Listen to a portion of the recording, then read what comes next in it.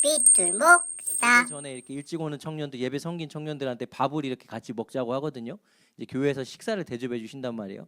그래서 뭐 먹을래?라고 물으니까 영은자매가 이렇게 약간 화난 투로 저에게 카톡으로 대답이 왔어요. 저 금식이에요. 이렇게. 네, 미안하다. 네, 나는 밥 먹었다. 네. 금식 잘 하고 계신가요? 네. 우리 금식이 단순히 굶는 게 금식이 아니죠? 네. 우리가 큐티하는 사도행전에도 보면 이 금식하는 40명의 사람이 나옵니다. 저는 이 사람들 이렇게 이름을 붙였어요. 40인의 금식 암살단. 왜냐하면 나는 사도 바울 죽이기 전까지는 먹지도 않고 마시지도 않겠다 하는 40인이 나오거든요. 40인의 금식 암살단. 마치 영화 제목 같죠? 네.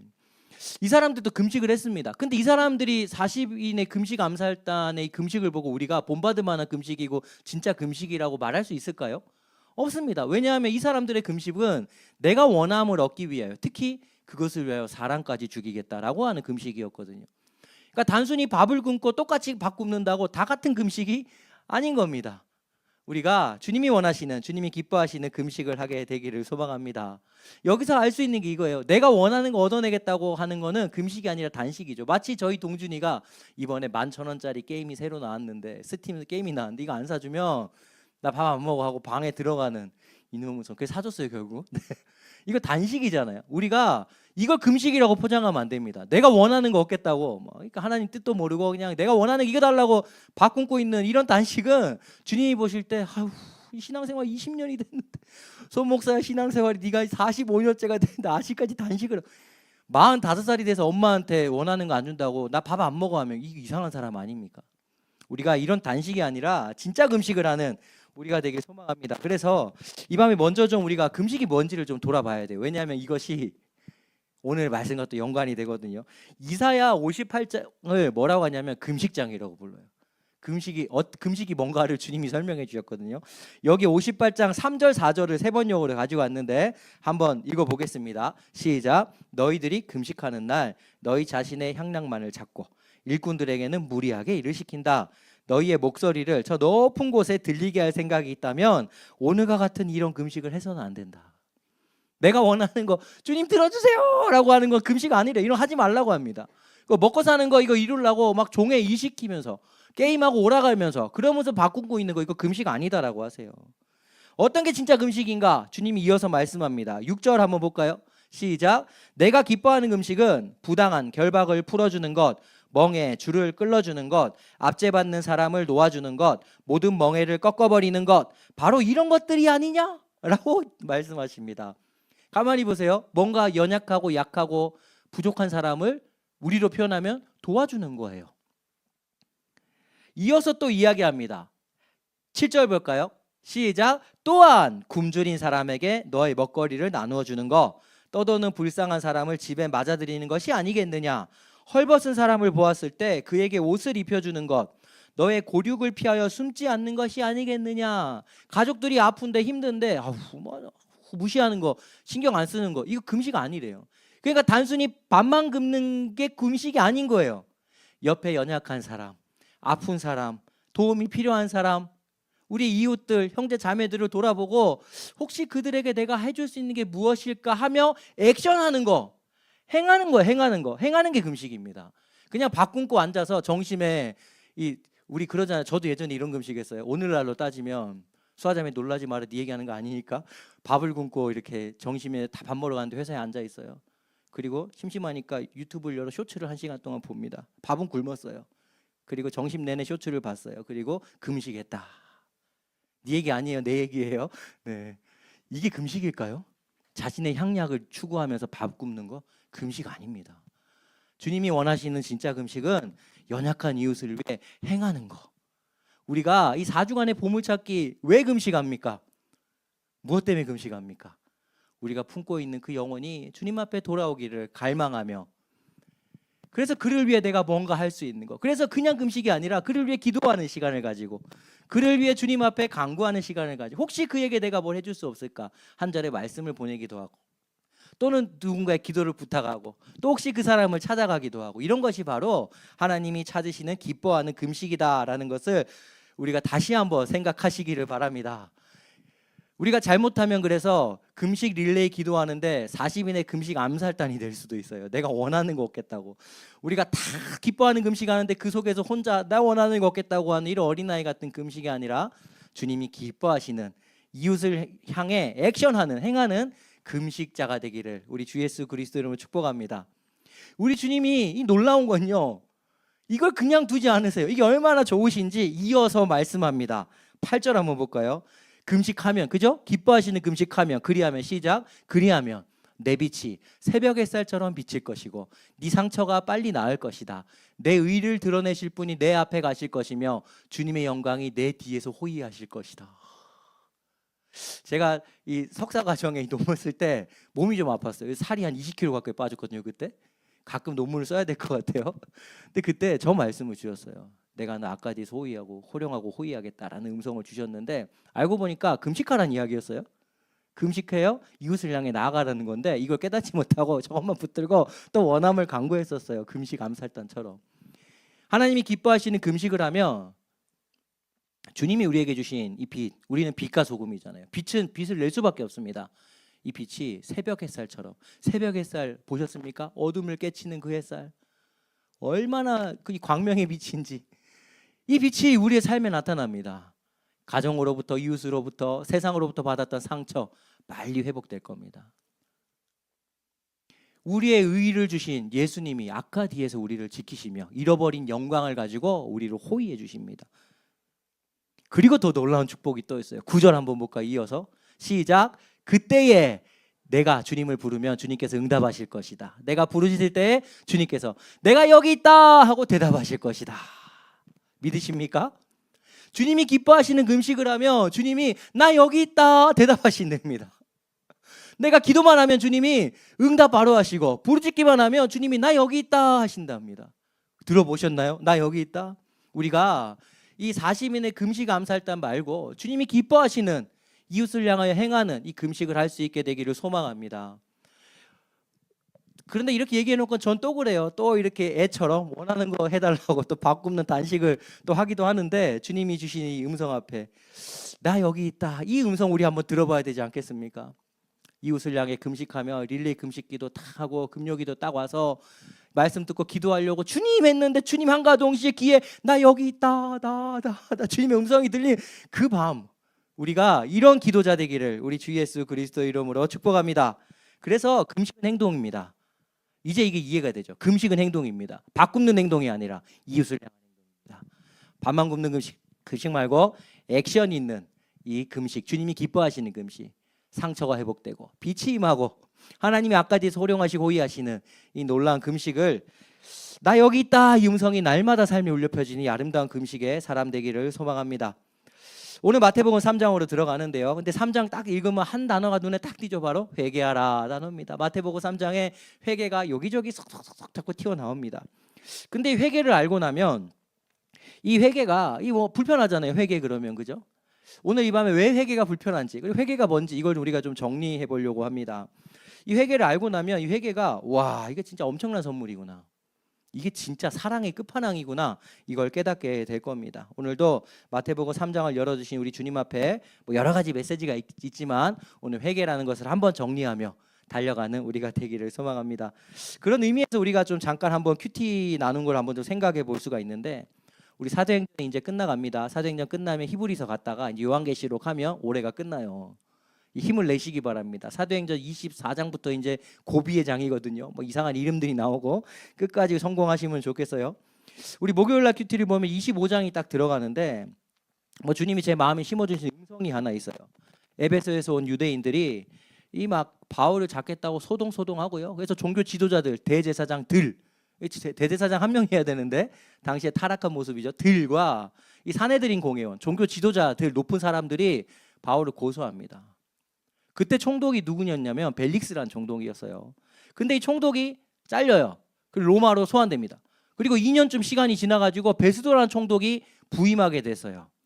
시간이 2년이 지났어요. 그리고 바울은 예루살렘이 아니라 가이사랴의 감옥에 갇혀 있습니다.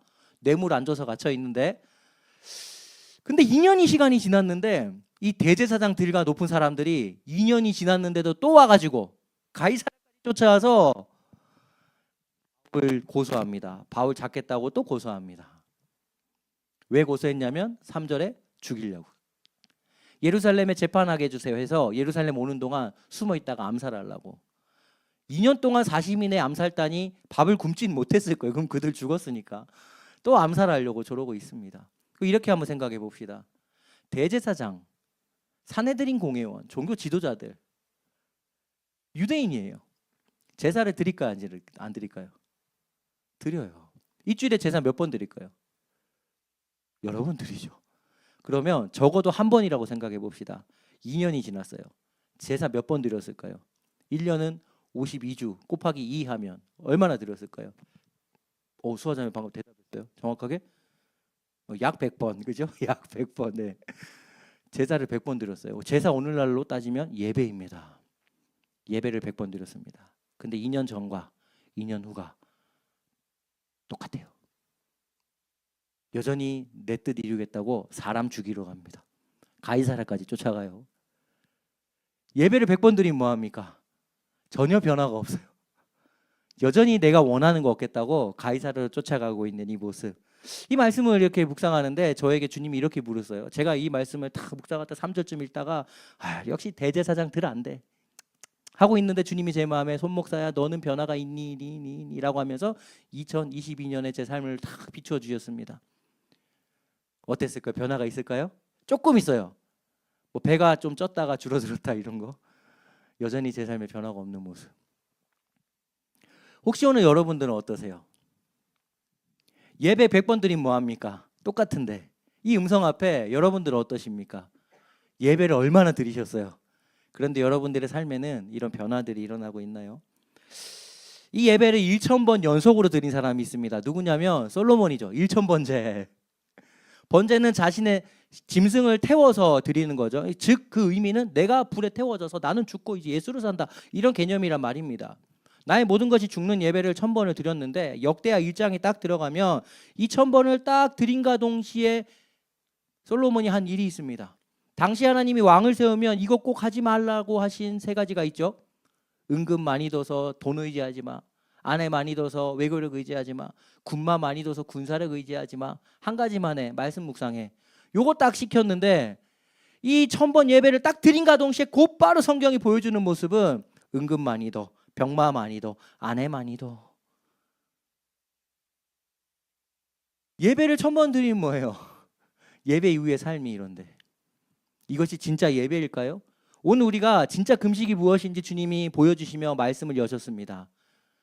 진짜 예배가 무엇입니까? 또 이어서 주님이 우리에게 보여주고 있어요. 진짜 금식은 나의 원함을 얻는 것이 아니라 이웃을 향해 달려가는 액션의 금식이었습니다. 진짜 예배는요. 나의 원함에 주님 뜻 맞춰주세요가 아니라 이 예배 한번 잘 드려서 내가 원하는 거 바꿔 먹어야지가 아니라 주님의 뜻에 나의 모든 것이 죽어서 끼워 맞춰지는 것. 이것이 예배이지 않을까요? 우리가 이렇게 4주간의 보물찾기를 지나며 예배로 우리가 복음을 전합니다. 우리 예배가 주님이 찾으시는 이런 진짜 예배로 세워지게 되기를 소망합니다. 오늘 이런 의미에서 마태복음 3장으로 나아가야 됩니다. 우리가 10월 마지막 주 주일 매년 종교개혁 주일로 지키거든요. 뭐 이번 달에도 종교개혁 주일날 우리가 함께 모여서 이렇게 함께 예배하자 뭐 이런 시간을 가지기도 합니다. 근데 기억나십니까? 우리 모두는 카톨릭 교회였죠. 보편교회였습니다. 그런데 그 카톨릭 교회에서 개혁이 일어나 이들이 하도 자꾸 막 돈으로 뭐 구원을 사니 많이 돈으로 죄를 용서받니 많이 온갖 것들을 자꾸 막 무너지니까 이거 아니다. 성경으로 돌아가서 말씀이 뭐라 그러는지 좀 다시 말씀 붙들자라고 하면서 종교 개혁이 일어나게 됐습니다. 그래서 카톨릭 교회에서 개혁교회가 나오게 됐죠. 근데 보편교회라는 누구나 들어올 수 있는 교회라는 카톨릭을 써야 되는데 이미 카톨릭 교회가 있으니까 이들은 로마 카톨릭 교회 그리고 나온 개혁 교회를 유니버셜 교회라고 부릅니다. 뜻은 똑같죠. 보편 교회 누구나 들어올 수 있는 교회. 우리가 이것을 지난번에 나눴습니다. 근데 종교 개혁이 일어났는데 이 종교 개혁을 일으켜서 우리는 종교 개혁의 칼빈이라는 이 선배의 후예로서 개혁 교회로 오늘도 서 있습니다. 개혁 교회 안에 한파인 장로교에 우리가 서 있는데 근데 이 종교개혁에 개혁교회 모토가 하나 있어요. 뭐 5대 솔라 우리가 너무 잘 아시지만 그거 전에 한 가지 모토가 있습니다. 뭐냐면 바로 이거예요. 개혁된 교회는 날마다 개혁돼야 된다. 이게 개혁교회의 모토예요. 개혁돼서 나왔으니까 이제 우리는 개혁돼서 나온 대로 그냥 살 것이 아니라 날마다 우리가 혹시나 잘못한 게 없나? 혹시나 우리가 말씀에서 벗어난 거 없나? 혹시나 금식 잘못하고 있는 거 아닌가? 우리 예배가 이렇게 무너지고 있는 거 아닌가? 솔로몬의 예배로 나가고 있는 거 아닌가? 날마다 우리를 돌아보며 안으로부터 밖으로 개혁할 때 우리는 개혁교회다. 이것이 우리의 개혁교회의 모토입니다. 이게 우리가 이야기하는 칼빈주의의 시작이고요. 우리 삶에 늘 있어야 되는 겁니다. 그래서 우리는 날마다 개혁되어져야 됩니다. 개혁이 뭡니까? 뜯어 고치는 거죠. 이것이 멈추면 우리는 개혁교회가 아니문이다.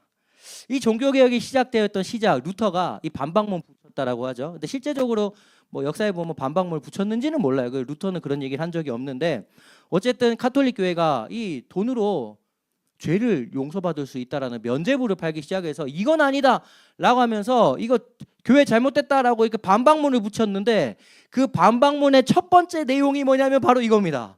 한번 읽어볼까요? 우리 주 예수 그리스도, 이거 읽어봅시다. 시작.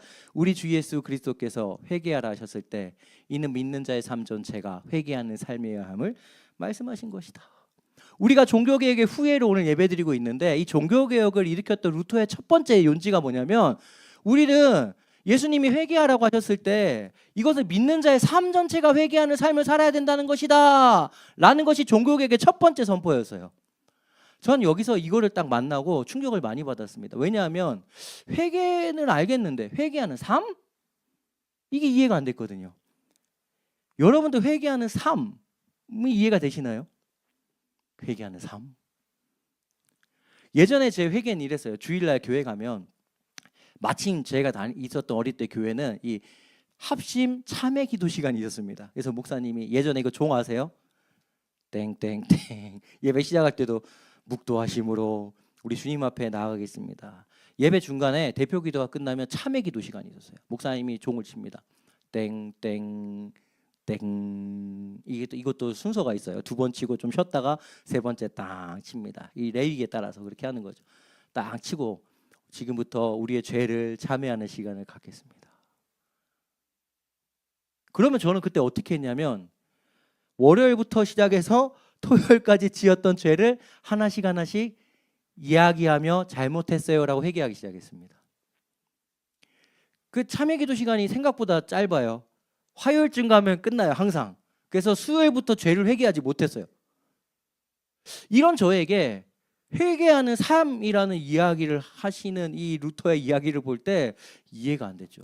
회개는 와서 참회기도 시간에 기도하는 거 아닌가? 잘못했다고 구하는 거 아닌가? 삶이 회개라고? 이러던 차에 우리가 너무 잘 아시는 마틴 로이드 존스 목사님의 이 시편 51편을 가지고 회개라는 책을 냈죠. 뭐 크리스천 필독서죠. 이거 안 읽으면 안 돼요. 안 읽었다면 읽어야 됩니다. 이 요만한 얇은 책인데 그 회개라는 책에 이렇게 또 표현을 하고 있습니다. 한번 읽어볼까요? 시작. 회개하지 않은 사람이 그리스도인이 된 적은 없습니다.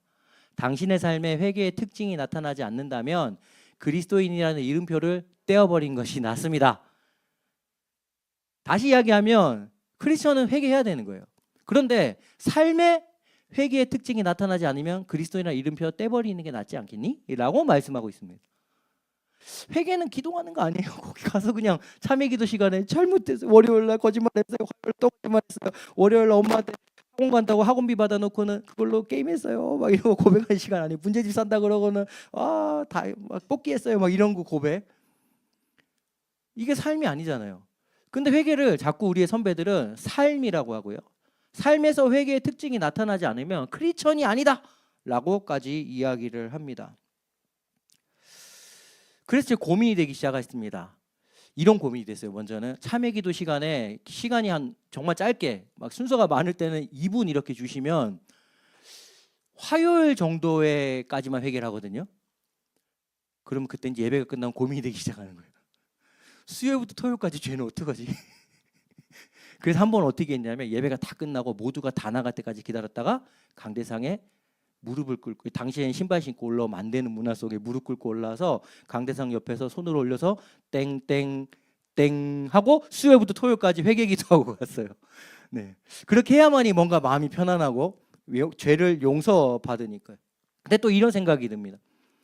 도대체 얼마나 회개를 해야 될까? 왜냐하면 그렇게 회개기도 했는데 월요일날 그 죄를 똑같이 또 제가 짓고 있거든요. 화요일날 그 죄를 또 지었어요. 그래서 이런 생각이 들어요. 회개하는 사람들을 보니까 엄청나게 우는데 그럼 얼마나 울어야 될까? 나는 참회기도 합시다라고 할 때 눈물이 안 나온 날이 더 많은데 얼마나 울어야 죄가 용서되는 것일까? 이런 온갖 질문들이 생겨나면서 회개가 머릿속에서 꼬이기 시작합니다. 선배들은 회개가 삶이라 그러는데 이게 도대체 이해가 안 되고, 나는 참회 기도 시간에 회개를 하는데 늘 화요일 수요일쯤 정말 어쩐 날 목요일까지 가면 기분이 너무 좋고 이런 삶을 살고 있고, 도대체 얼마나 회개를 해야 되고 울어야 되는 건가? 안 울면 회개가 아닌가? 이런 고민들 속에 막 제가 넘어지게 됐습니다. 그러다가 주님이 저를 찾아오셨고 성경을 읽게 하셨죠. 역시 말씀이 해답입니다. 말씀을 읽고 이렇게 제 속에 정리가 됐어요. 회개 때문에 죄 용서받는 게 처음엔 아니다 였다가 회개 때문에 죄 용서받는 게 아니다로 느낌표로 바뀌게 됐습니다. 회개 때문에 우리 죄가 용서받나요? 성경을 아무리 읽어봐도 회개 때문에 용서받는 것이 아닌데 저는 회개 때문에 용서받는다라고 생각을 했습니다. 이제 이 말이 오늘 우리에게 의문점을 줘야 돼요. 그래야 회개가 뭔지 개념이 정리가 됩니다. 이렇게 한번 예를 들어 볼까요? 연쇄살인범이 잡혀와서 재판을 받는데 이 사람이 너무 자신의 죄를 뉘우치는 거예요. 정말 눈물, 콧물을 막 다 쏟으면서 눈물이 핏방울이 될 정도로 막 울면서 잘못했다고 소리치고 가슴을 치고 누가 봐도 너무 불쌍하게 막 울기 시작합니다. 그러면서 판사 앞에서 막 정말 두 번 다시는 이제 짓지 않겠다고 울고불고 난리가 납니다. 이 판사가 보니까 이 10명을 죽인 연쇄살인범이 너무 불쌍해 보여요. 그래서 이 사람이 와 정말 죄를 뉘우친 것 같아요. 그래서 선고합니다. 무죄. 그럼 사람들이 어떻게 할까요? 그 판사는 정의로운 판사일까요? 과연 그렇게 하면은 죄가 용서받을까요? 아니요. 감형될 수는 있죠. 참작될 수는 있어요. 그러나 울고불고 잘못했다고 소리치고 울고불고 진심으로 뉘우친다 그래도 죄의 대가는 사라지지가 않습니다. 우리는 회개기도 한다고 죄를 용서받는 게 아니에요. 왜 그럼 의문점이 생겨요. 사도행전 2장 38절 이거 청년들이 많이 질문했어요. 너희가 회개하여 각각 예수 그리스도의 이름으로 세례를 받고 죄사함을 받으라. 그리하면 성령의 선물로 받아. 마치 순서 같죠? 회개해야 예수의 이름으로 세례받고 죄사함을 받아. 회개해야 용서받네. 회개해야 세례도 받고 용서받네. 근데 이게 미안하지만요. 이제 신학적인 번역으로 해놓은 거고 원문을 보면요. 너희가 구원을 얻었으니 회개하고 세례받으라. 이 순서로 기록되어 있습니다. 원문이 그래요. 우리 오직 은혜로 구원받죠. 오직 회개함으로 구원받지 않습니다. 오직 은혜로 구원받습니다. 우리는 회개에 죄를 용서받는 게 아닙니다. 그럼 우리는 왜 어떻게 죄를 용서받을 수 있습니까? 이 연쇄살인범의 죄의 대가를 누군가가 대신 지불했거든요. 그분이 누굴까요? 죄가 없으신 우리 예수님이 우리에게 찾아오셔서 우리의 모든 죄를 다 자신이 가지시고 우리 대신 십자가에 죽으심으로 죄의 삭신 사망인 사형을 스스로 당하셨습니다.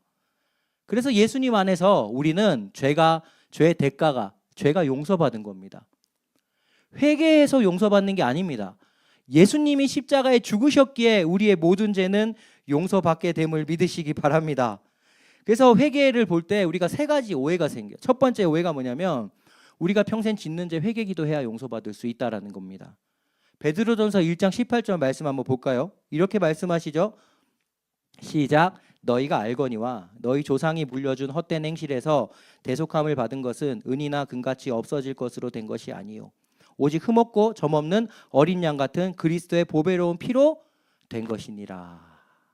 대속함 받은 거는 뭐 은금 이런 게 아니라 예수님의 보배로운 피로 우리는 용서받은 겁니다. 회개기도 해서가 아니라 회개기도 해서 용서받는 게 아니라 예수님의 피로 은혜로 우리는 구원받고 용서받았었음을 믿으시기 바랍니다. 그러니까 여기서 이제 우리가 이 성경을 읽고 있나 정말 회개하신 분인가 아닌가가 이제 드러나게 되는 거죠.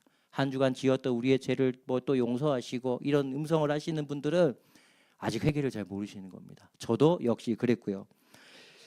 그런데 두 번째 오해가 일어납니다. 이런 오해. 저 예전에 이랬어요. 구원받기 전에 지었던 죄는 예수 믿을 때 용서받는데 구원받고 나서 지은 죄는 회개해야 용서받는다. 제가 이러고 살았었어요. 거의 인생의 절반 이상을. 예수님 믿고 만나고 나기 전에 죄는 다 용서받았는데 믿고 나서 지은 죄는 회개 기도를 해야만이 용서받는다 라는 생각. 이거 오해입니다. 히브리서 말씀 볼까요? 히브리서 9장 12절 10장 10절 한번 봅시다. 시작. 염소와 송아지의 피로 하지 아니하고 오직 자기의 피로 영원한 속죄를 이루사 단번에 성소에 들어가셨느니라. 10절도 봅시다. 시작. 이 뜻을 따라 예수 그리스도의 몸을 단번에 들이심으로 말미암아 우리가 거룩함을 얻었노라. 한 번의 속죄, 과거의 속죄가 아니라 영원한 속죄예요. 이 영원은 시간을 벗어나서 모든 것을 총칭하는 겁니다. 우리는 예수님의 십자가에 죽으실 때 과거, 현재, 미래의 모든 죄, 우리 시간으로 과거, 현재, 미래지 예수님은 그냥 우리의 모든 죄 자체를 용서하신 겁니다. 죄인으로 태어나 죄를 짓고 살아가며 지은 모든 죄 자체, 그 죄의 사망을 예수님이 십자가에서 해결하신 거예요. 예수님 믿을 때까지만 죄를 용서하시고 믿고 나서는 회개해야만 용서가 된다면 예수님의 십자가는 반쪽짜리죠. 회개가 필요한 십자가인데 그게 어떻게 완전한 구원의 십자가입니까? 우리는 모든 죄가 용서받으셨음을 믿으시기 바랍니다. 그러면 이제 오해가 생겨요. 이제 구원파가 나오는 거죠. 아유 그러면 이제 뭐 마음대로 살면 되네. 다 용서받았으니까. 그러지 않나요? 저도 예전에 이런 생각을 가졌었어요. 뭐 다 용서받았으니까 마음대로 살면 되지 뭐. 근데 이게 이제 큰 문제인 겁니다. 이거는 진짜 회개를 모르는 거예요. 왜 모르냐면 회개해야 죄가 용서받는다라는 개념을 가지고 있으니까 마음대로 살면 되지 뭐 이런 말을 하는 거예요. 우리의 모든 죄는 회개해서 용서받는 게 아니라 예수님이 십자가의 죽으심으로 용서받으셨음을 믿으시기 바랍니다. 이걸 믿는다면 어찌 다시 예수님을 또 십자가에 못 박는다고요? 그럴 수 없죠. 이 은혜를 안다면 우리는 그럴 수 없습니다. 이 회개를 오해하고 나니까 이 자꾸만 죄 용서를 회개와 붙여가지고 그게 이런 오해가 일어나게 되는 겁니다. 그러면 회개는 뭘까요? 이제 조금 정리가 되어지죠. 회개는 죄 용서와 관련이 있지 않아요. 물론 관련이 있죠. 근데 죄 용서의 근본은 예수님이 십자가에 죽으심을 이루신 것이고 회개는 거기에 따라가는 거예요. 회개를 해야 죄 용서받는 거 아닙니다. 여기서 나온 게 구원파라고요. 여기서 나온 게 신천지예요. 우리 이 교리에 이 이상한 거에 넘어가면 안 돼요. 우리가 얼마나 많은 풍월 속에 자신을 속이며 살아왔습니까? 하나님, 예수님 한 주간 동안 예수 믿고 있는 한 주간 동안 지었던 나의 죄를 또 용서하시고 용서 다 받았는데 동준이가요 잘못했어요. 큰 잘못했습니다. 그래서 한번 호되게 혼났어요. 그래서 아빠 잘못했어요. 근데 다음날 또 일어났어요. 눈 뜨자마자 저에게 달려요. 아빠 잘못했어요. 1년이 지났어요. 눈 뜨자마자 와서 큰절하면서 아버지 잘못했어요. 3년이 지났어요. 아빠 잘못했어요. 그럴 필요가 있을까요? 이미 예수님은요 단번에 우리의 모든 죄를 용서하셨습니다. 우리가 여기서 착각하면 안 되는 게 자꾸만 회개를 죄 용서하는 도구로 사용하면 이제 그러면 가서 또 용서해 주세요가 되는 거예요. 그래서 회개의 개념 정리가 필요합니다. 회개는 죄 용서해 주세요라고 하는 게 아닙니다. 한 가지 좀 짚고 갈 것은 예수 믿을 때 우리가 죄인으로 태어나 죄를 짓고 살아갔던 모든 죄를 용서받는 이것을 우리는 신학적으로는 속죄라고 표현을 하죠. 그리고 회개는 그것과 다릅니다. 오늘 마태복음 말씀에 이 회개가 나옵니다. 여기까지 잘 따라오고 계신가요?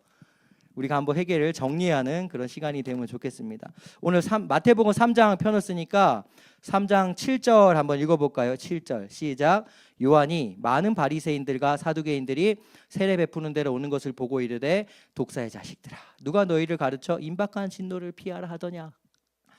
이스라엘 백성들 앞에 독사 이거는 엄청나게 심한 욕이죠. 뱀으로 말미암아 우리 인간에게 죄가 들어온 그 시초가 되었기에 독사의 자식아 이거는 엄청나게 심한 욕입니다. 근데 지금 바리새인과 사두개인들이 다가오는 것을 보고 세례 요한이 외칩니다. 독사의 자식들아. 이거 큰 꾸짖음이죠. 그러면서 뭐라고 하냐면 8절 볼까요? 그러므로 회개에 합당한 열매를 맺으라. 즉 이들이 회개에 합당한 열매가 없다는 겁니다. 회개는 메타코이노라는 이 단어는 죄를 용서받게 울다라는 뜻이 아닙니다. 어떤 뜻이냐면 방향을 바꾼다 이런 뜻이에요. 방향을 바꾼다, 돌아선다 이런 뜻입니다. 누가복음 3장으로 한번 가볼까요? 우리 성경이 있으니까 누가복음 3장 한번 펴봅시다. 누가복음 일부러 말씀을 안 넣었어요. 성경을 찾아서 읽으려고. 누가복음 3장 8절부터 한번 봅시다.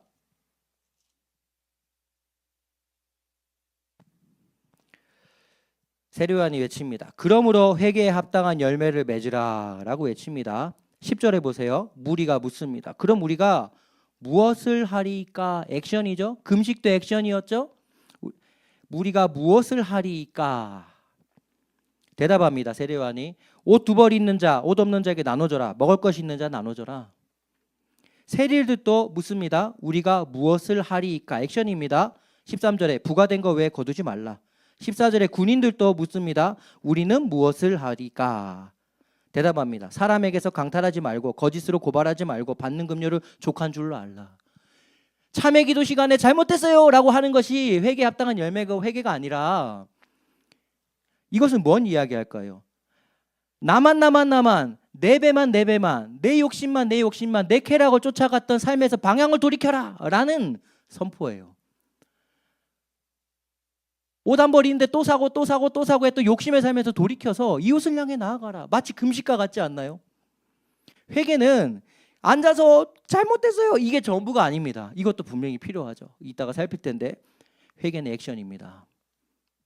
삶에서 방향이 돌이켜지는 거예요.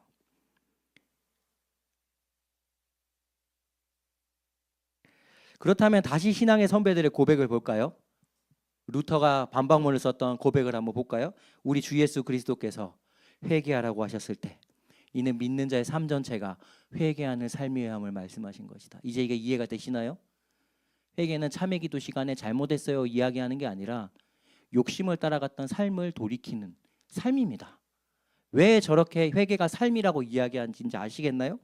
그러면 마틴 노이즈 존스 목사님의 책에 나온 글도 한번 다시 볼까요? 회개하지 않은 사람이 그리스도인이 된 적은 없습니다. 삶의 회개 특징이 나타나지 않으면 그리스도인 이름표를 떼버리십시오. 돌이키는 삶이 없다면 여전히 욕심을 쫓아가고 있는 삶이라면 그걸 어떻게 성도라고 할 수가 있겠습니까? 그래서 회개의 개념 정리합니다. 회개는 마음과 삶을 돌이키는 것, 이것이 회개입니다. 회개는 마음과 삶을 돌이키는 것입니다. 예수님이 식사하시다가 성만찬 하시다가 갑자기 허리에 띠를 두르시고 그죠? 제자들의 발을 막 씻겨주실 때 베드로가 안 돼요 예수님 안 돼요. 그때 예수님 뭐라고 하시죠? 이거 안 씻으면 너랑 나랑 상관이 없는데. 그러니까 이렇게 얘기해요. 베드로가 그럼 머리부터 발끝까지 샤워 시켜주세요. 예수님이 이렇게 말씀하세요. 샤워는 한 번만 하면 되는데 발은 맨날 씻어야 된다. 씻을 건 발밖에 없느니라. 바로 발걸음이 돌이키는 회개. 이 방향의 전환, 이것은 우리의 삶에 끊어지면 안 됩니다. 그래서 칼빈이 뭐라 그랬냐면 회개가 끊어지면 곧 타락이다. 이렇게까지 표현을 하고 있습니다. 그래서 회개는요 어떤 싸움이냐면 시선의 싸움입니다. 옷 두 벌 세 벌을 향해 가던 나의 시선이 돌이킨다. 누구에게 돌이킬까요? 예수님께요. 이 회개를 가능하게 하신 예수님께 돌이켜 누가 보이게 됩니까? 예수님이 보이게 되는 거예요. 인격적인 교제하고 싶어요? 회개하시기 바랍니다. 돈을 쫓아가면서 옷 두 벌을 쫓아가고 영은수와 놀러 가면 좋겠다. 옷 두 벌을 쫓아가면서 예수님과 대화하고 싶어요. 예수님 뭐라 그럴까요? 고개 돌려. 나 여기 있어. 인격적인 교제가 일어나지 않죠. 삶이 여전히 그쪽으로 향해 가는데 목사님 저 인격적인 교제하고 하나님 안 살아 계신 것 같아요. 회개합시다. 할 말이 없어요. 회개합시다 밖에 없잖아요. 돌이켜야 돼요. 돌이키기만 하면 예수님이 보입니다. 예수님의 음성이 들려요. 사울의 회개와 다윗의 회개를 한번 볼까요? 이 아각의 모든 것을 다 진멸해라 라고 사울왕한테 말씀을 했는데 사울왕이 어떠했습니까? 보기 좋은 거 다 골라놨죠. 그때 사무엘이 와서 막 꾸짖어요. 야, 이거 순종이 이 제사보다 와, 너 이제 그냥 막 꾸짖으니까 사울이 이렇게 대답합니다. 사무엘상 15장 24절에 보면요. 사울이 사무엘에게 이르되 내가 범죄하였나이다. 얘긴 해요. 그런데 사용된 주어를 보세요. 내가. 그러니까 함께 돌아가서 나를 위해서 좀 경배해 주세요. 사울의 회개는 어떤 회개였을까요? 회개 안 하면 하나님 앞에 심판받고 혼날 것 같은 두려움의 돌이킴이었어요. 그래서 이거 안 되는데 돌아가서 나 이거 예배 다시 할 수 있게 좀 도와주세요. 내가 돌이키지 않아요, 방향이. 다윗의 회개를 한번 볼까요? 다윗도 여전히 엄청 큰 죄를 지었죠. 바세바와 간음하고 글쎄 그 남편을 살인 교사라고. 그때 이렇게 회개합니다. 내가 주께만 범죄하여. 이거 이상하지 않아요? 바세바한테 범죄하고 사람들한테 범죄했는데 왜 저렇게 얘기합니까? 주의 복전에 악을 행하였으니 주께서 말씀하실 때 의로우시다 하시고 주께서 심판하실 때 순전하시다 하리이다. 사울은요 내가 했습니다. 다윗은요 주께서 사람에게 죄를 안 졌다는 게 아니라 시선이 지금 어디가 있습니까? 주님께 가 있는 걸 보여주는 거예요. 회개는 방향의 돌이킴입니다. 방향의 돌이킴. 우리는 그래서 회개하지 못하는 삶을 살았던 존재입니다. 그런데 우리는 이제 회개하는 삶을 살 수 있는 존재가 됩니다. 회개는 예수 믿는 사람만 할 수 있는 특권이에요. 이 회개는 그래서 예수님의 사랑의 증거입니다. 예수를 믿고 건져놨어요. 우리 수복 이야기 생각나나요? 그러나 그대로 옮겨왔기에 여전히 죄를 짓고 살아갑니다. 옛날로 돌아가죠. 그런데 이제는 돌이키기만 하면 돼요. 예전에는 돌이켜도 죄예요. 여기서 돌이켜도 죄, 돌이켜도 사망입니다. 그런데 우리는 돌이키기만 하면 예수님의 얼굴이 보여요. 회개는 예수 믿는 자에게 주신 놀라운 특권임을 믿으시기 바랍니다. 그리고 이렇게 한번 생각해 볼까요? 어제까지 온유가 엄마한테 엄마 올해도 노스페이스 롱패가 새로 나온 롱패 60만 롱패가 유행이라는데 엄마 나 그거 2벌 가지고 싶어. 아니 3벌 가지고 싶어. 엄마 나 4벌 가지고 싶어. 그러지 마라. 네. 그런 삶에서 갑자기 다음날 온유가 일어났어요. 어머니 어제까지 제가 그 노스페이스 옷 4벌 죄송합니다. 어머니 저 그런 거 필요 없어요. 저 예수로 옷 입고 살겠습니다. 그럼 강원영 권사님이 온유를 보고 뭐라 그럴까요? 아 네가 미쳤구나. 우리 온유가 변했네. 그 전까지 학교에서 노스페이스 옷만 입고 다닌 친구들만 보면 눈을 홀기면서 괜히 가서 시비를 걸고 뒤통수를 때렸던 온유가 오늘부터 그 옷을 2벌 가지고 온 친구를 욕심내지 않아요. 탐내지 않아요. 돌아보지도 않아요. 주위 사람들이 외쳐요. 온유야 너 변했네. 회개는 곧 전도입니다. 우리가 돌이키는 회개를 한다면 주위 사람들은요 누가 봐도 알아요. 그래서 회개는 티가 나요. 티가 안 나면 회개가 아니죠. 합당한 열매가 맺어지는데. 요한계시록 3장에 죄를 범하고 이 미지근 떡다지근한 이 라오디게아 교회한테 예수님이 이렇게 말씀하세요. 3장 19절 회개하라. 그리고 얘기합니다. 읽어볼까? 20절 시작. 볼지어다 내가 문 밖에 서서 두드리노니 누구든지 내 음성을 듣고 문을 열면 내가 그에게로 들어가 그와 더불어 먹고 그는 나와 더불어 먹으리라. 회개하라. 그리고 자 봐봐봐 문 밖에 있잖아. 문 좀 열어줘. 무슨 이야기입니까? 문을 향하여 서지 않았던 예수를 저 뒤에다 뒀던 사람이 방향을 돌이켜 문을 열기만 하면 회개하면 예수님과 함께 되는 떡을 떼는 인격적인 교제가 나타나는 거예요. 예수님과 함께하면 어떤 일이 일어날까요? 기적요? 당연하죠. 선함요? 당연한 거 아닙니까? 주님의 능력요? 당연하죠. 주님의 뜻이 당연히 이루어지겠죠. 회개를 하지 않고 늘 내가 원하는 방향으로만 쫓아가면서 주님 뜻이 이루어지기 원합니다. 아버지 우리 삶에 문제가 있어요. 일단은 고개를 돌아봐봐. 주님이 지금 이거 외치는 거예요. 회개하라. 고개 돌이켜서 문 좀 열어봐봐.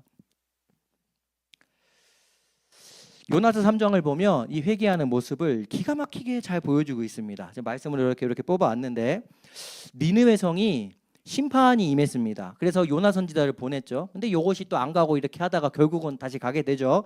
근데 가서 하나님의 말씀을 전해요. 먼저 보면 하나님 말씀을 전합니다. 3장 4절에 보면 이상한 말이잖아요. 외쳐 이르되 40일 지나면 무너질 거야. 그렇지만 하나님 말씀이에요. 말씀을 전했어요. 로마서 10장 17절 하나님 그리스도의 말씀을 들음으로 믿음이 나게 됩니다. 말씀이 전해졌어요. 어떤 일이 일어나는가? 5절에 보면요.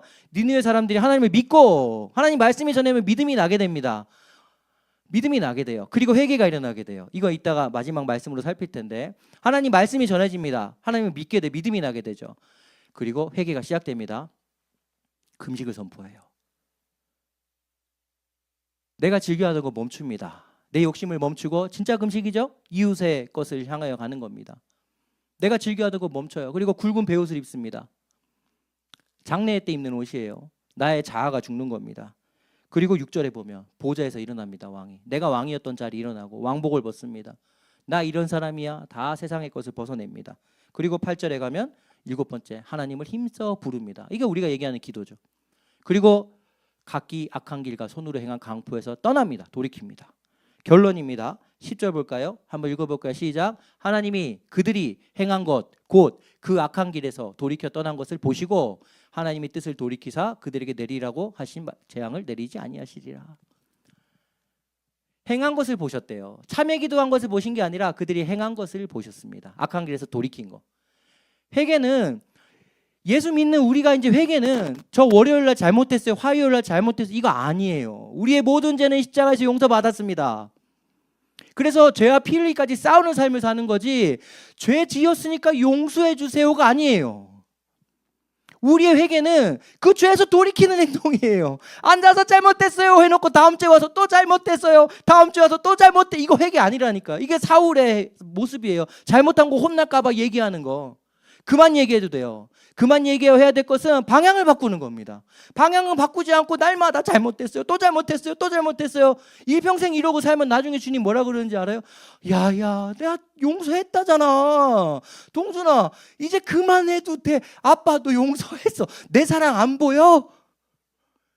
얼마나 답답하시겠어요.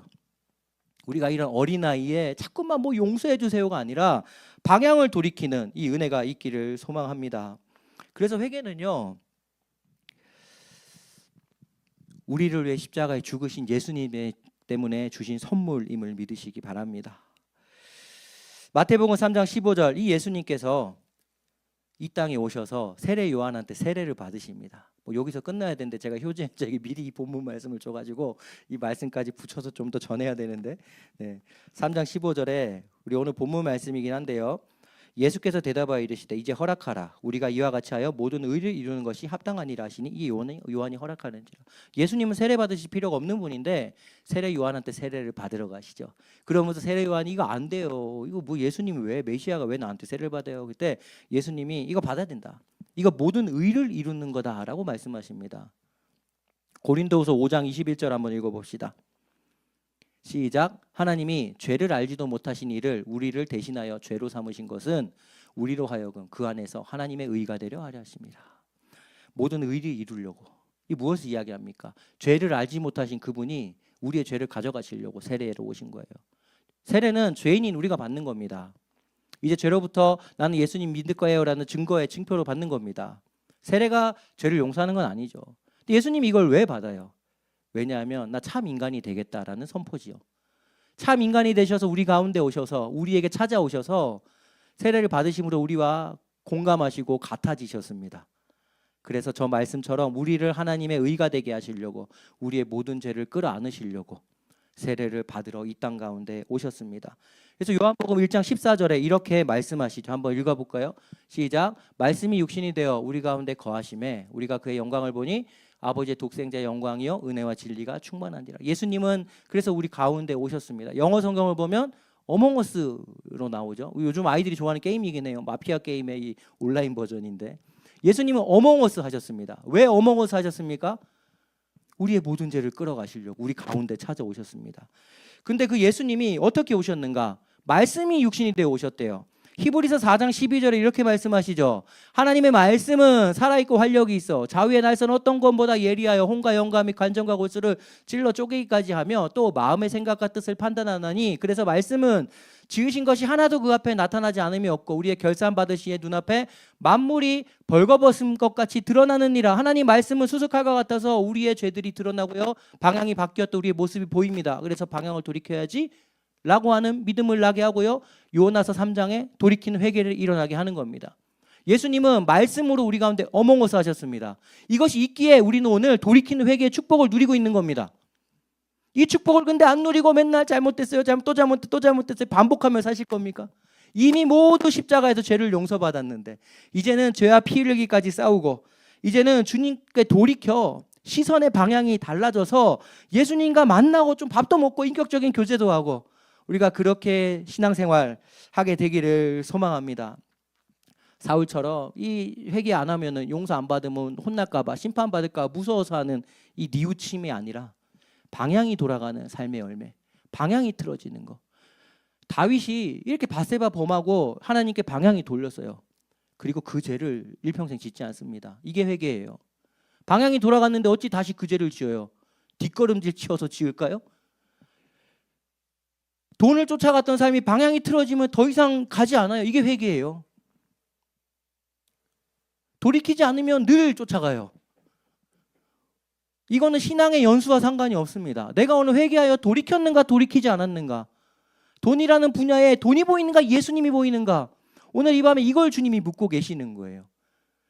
더 이상 우리가 지었던 거 또 짓고 또 짓고, 저처럼 예전에 막 땅땅땅 참회기도 때 화요일까지 회개했다고 수요일 거 못해서 지옥 가면 어떡하나 이런 고민에 빠지지 마시고 돌이키는 회개, 예수님 얼굴이 보이는 회개, 우리가 이런 회개를 하여서 우리 삶 자체가 한 장의 전도지로 되어 10월 한 달 동안 와 삶이 변했다, 당신을 보니 나 교회 가야 되겠다, 와 오늘을 보니까 진짜 엄마 금요기도 이제 안 빠져야 되겠다, 이런 고백들이 우리 삶에 온전히 흘러나서 회개하는 우리의 삶이 주위 사람들에게 소망이 되고 살아계신 예수님의 사랑을 보여내는 그런 은혜가 있기를 우리 주 예수 그리스도 이름으로 축복합니다. 아멘.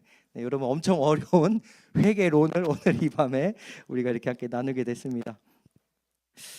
그래서 우리 내 백성이 나를 떠나 여호와께 돌아가자, 우리 찬양을 주님 앞에 좀 고백하며 우리 회개에 대해서 먼저 좀 생각하며 주님 앞에 서도록 하겠습니다.